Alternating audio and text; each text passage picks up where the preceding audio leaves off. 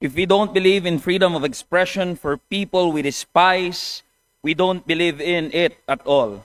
This quote serves as the foundation of this representation's vote. Totoo na maraming nasabi, pinahayag, at ginawa ang kinatawang si Representative Barzaga na hindi aakma sa pamantayang inaasahan sa isang halal na opisyal. But this begs us to question, what really is unethical behavior?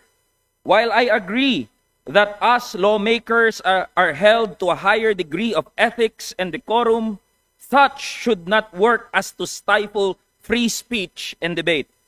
Lawmakers must be free to say what we want, especially on issues involving national importance. Representative Barzaga's actions and words may not fit the usual mold of a traditional lawmaker. But who decides if the mold or what mold is correct? I understand these are difficult questions to answer, and I am unsure if there is any.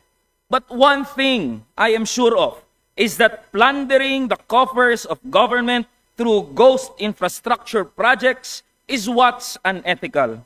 The committee resolution sets a dangerous precedent.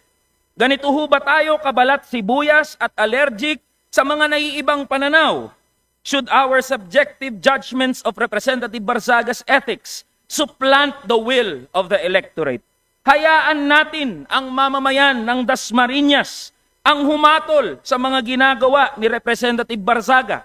Kung siya ba ay karapat dapat na maging kinatawan nila. My dear colleagues, let us not erode whatever little trust that the public has left for this House.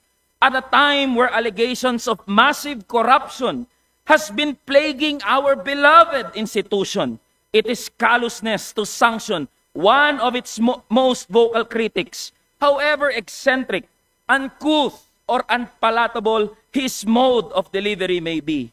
Hindi po sa pamamagitan ng aksyong ginawa natin kay Representative Barzaga mababawi ang kredibilidad ng ating institusyon. What we need is to bring the public's trust back in this House, and this representation firmly believe that this move will not help us to move in that direction. Yun lang ho, Mr. Speaker, marami hong salamat.